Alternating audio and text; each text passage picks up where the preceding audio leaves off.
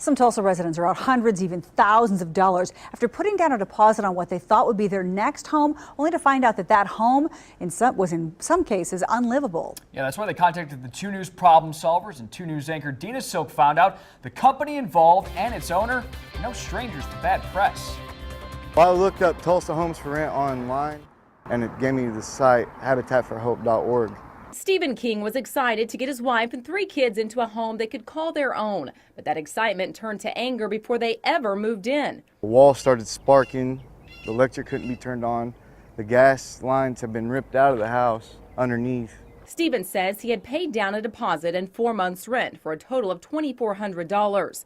When he went to get his money back, the owner gave him another option, this home near 5th and Peoria. The back of the house is completely separated from the rest of the house. On the front door, a note from the Tulsa County Treasurer stating the home would be auctioned off June 9th due to unpaid taxes. And this isn't the only one like it. Last May, the 2 News investigators uncovered Brightside Properties, aka Habitat for Hope, owed taxes on 100 properties. In fact, they owed more than $200,000 in taxes at that time.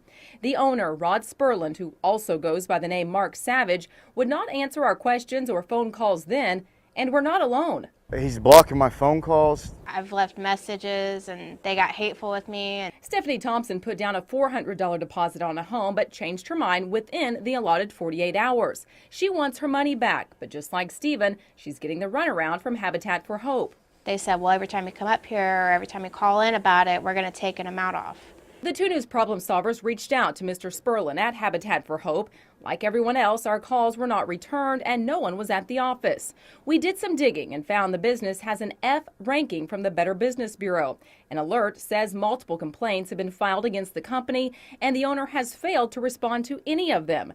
The report goes on to say complainants allege the owner was verbally abusive and in some cases physically removed them from the office. It's really bad. I mean, I don't see how a company could get away with doing that to people. The Better Business Bureau confirms that Rod Spurlin is not licensed with the Oklahoma Real Estate Commission. However, obtaining a real estate license is not required in Oklahoma when an individual or business is renting properties they own. Now, we have reached out to lawmakers to take a closer look at this and possibly get some laws changed. The problem solvers will stay on top of this and bring you updates when we have them. Dina Silk, 2 News works for you.